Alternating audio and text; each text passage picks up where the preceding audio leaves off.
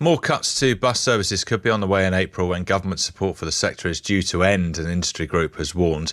The Confederation of Passenger Transport said it still faces struggling passenger numbers and soaring fuel and wage bills. This comes as a £2 fare cap is being introduced in a bid to boost ridership. Labour has described it as a half measure after years of soaring fares. Let's have a listen to some bus passengers in Sheffield. Rubbish up here. We've been really let down a hell of a lot.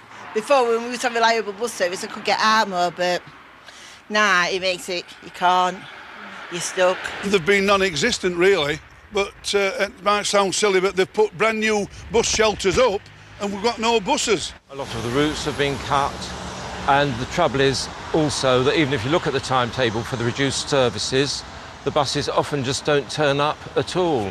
And it leaves people being late for appointments. It means that people can't get to their church. It means a lot more people, will be using their cars. And it just means we're getting worse and worse pollution in our area. Let's speak now to Graham Vidler from the Confederation of Passenger Transport UK. Morning, Graham. Good morning. And Happy New Year. Can you give us a sense of how bus services have changed in the last few years? Yes, I certainly can. It's been an unprecedented time for the industry and our passengers, and obviously lots of things have changed during that pandemic.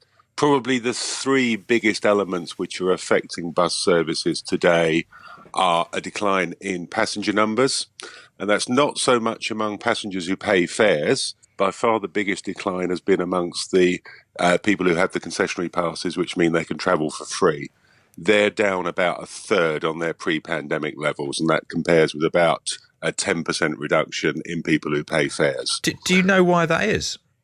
The principal reason is that older people are simply travelling less. So perhaps they're shopping online rather than going to the shops. Perhaps they're less inclined to just have a trip into town on the bus than they once were. So it's not so much that they're not choosing the bus, they're travelling less than they used to. The second big change is in our cost base, and like every other sector of the economy, we're facing spiralling costs. For us, costs have risen about 25% over the last 3 years. The biggest driver of that is pay inflation.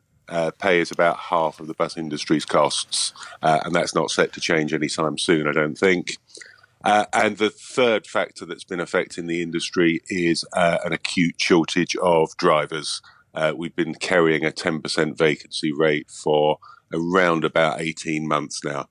And that's obviously impacting our ability to put on the reliable services that our customers expect and which we want to deliver day in, day out. Presumably that's a bit of a catch-22, because one of the reasons that you're going to be struggling to attract drivers is they feel that the pay isn't high enough, but then you can't afford to pay them more, presumably. Yeah, I mean, there's been some substantial pay awards over the last year or so, typically double-digit pay increases, which reflect the merit of the job that drivers in particular do.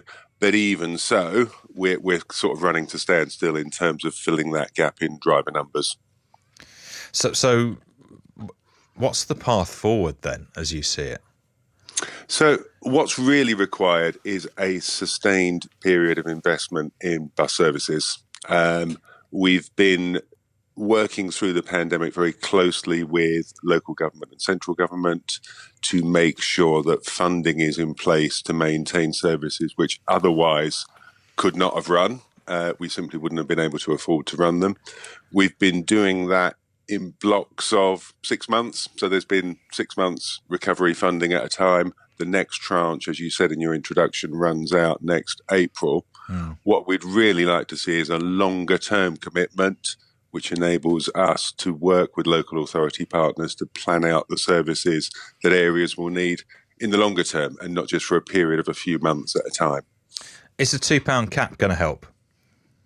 I think the £2 cap's a great initiative. It'll be a real boost for people who are already using the bus and an incentive to others to try it for the first time.